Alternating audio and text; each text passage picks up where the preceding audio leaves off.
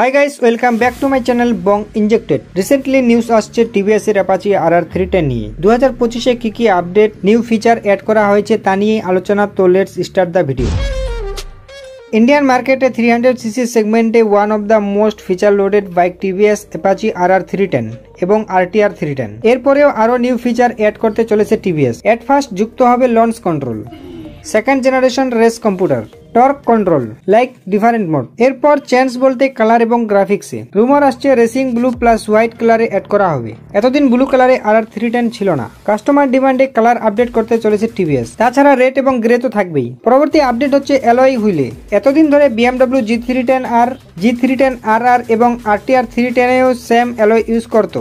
New Apache RR a new আপডেটে alloy change করবে TVS.